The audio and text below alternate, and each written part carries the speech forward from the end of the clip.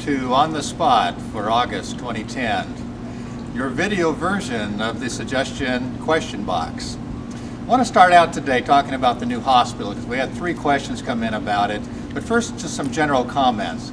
August 3rd, last week, we had a very, very exciting development in terms of the major hurdle around the environmental impact report. And the Board of Supervisors, on a tentative straw vote, voted 5-0 to support moving forward with the plan. That was a very, very positive vote, very strong. And the reality of our hospital is getting certain and more certain by the day. It's very, very exciting. The questions we had today really addressed 3 different things. One had to do with patient rooms, and a question about whether there would be a constant observation room like room 108. Well, all the patient rooms in our new facility will be private rooms. So if patients need closer observation, they can be put in a room near a nurse's station where the visibility is excellent and they can be observed from the nurse's station. In cases where we might have multiple patients needing close observation, we can always have an aide that can be in the hallway observing multiple patient rooms. So that's something that should not be a worry in the new facility and should be better than what we've experienced to date. Second question was about traffic. A lot of questions about traffic. It was a big part of the environmental impact review. There will be substantial improvements in the roads around the site of the new hospital, including widening and putting more lanes in the exit off of Interstate 101, including a dedicated ambulance lane with a separate entrance to the campus for emergency vehicles. There'll be multiple turn lanes at the intersection where you come into the hospital.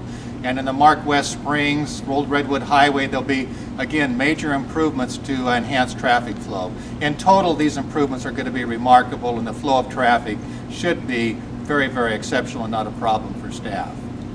And then the third question was around what's a universal care unit?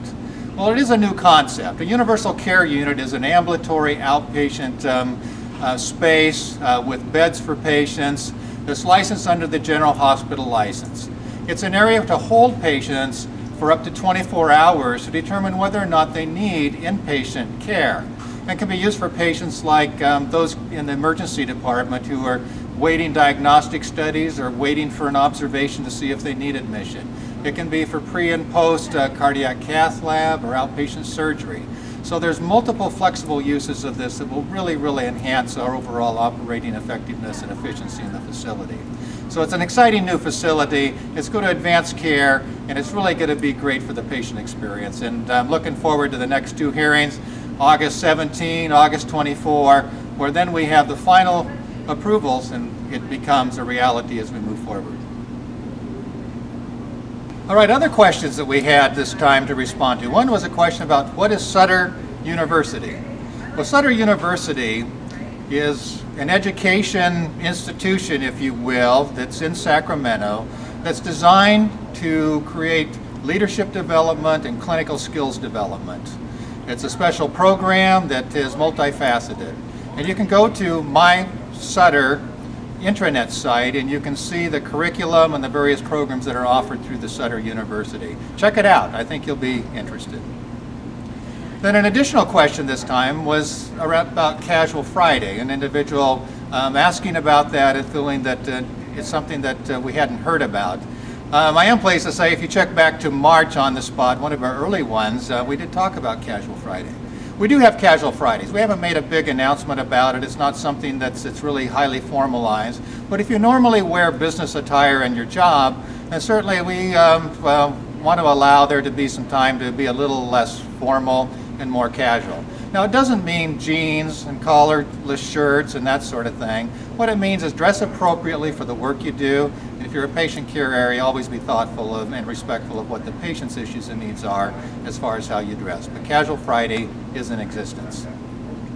Then in closing this time, I'd like to thank Rosa.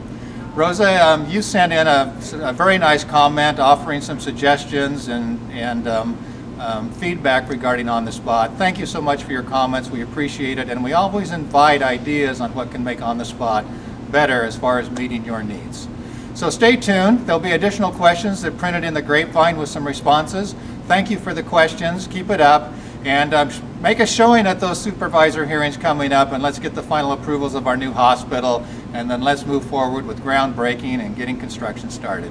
All very, very exciting. And thank you, as always, team, for the great work you do in caring for our patients and being a 5-star quality, 5-star team. Thanks so much.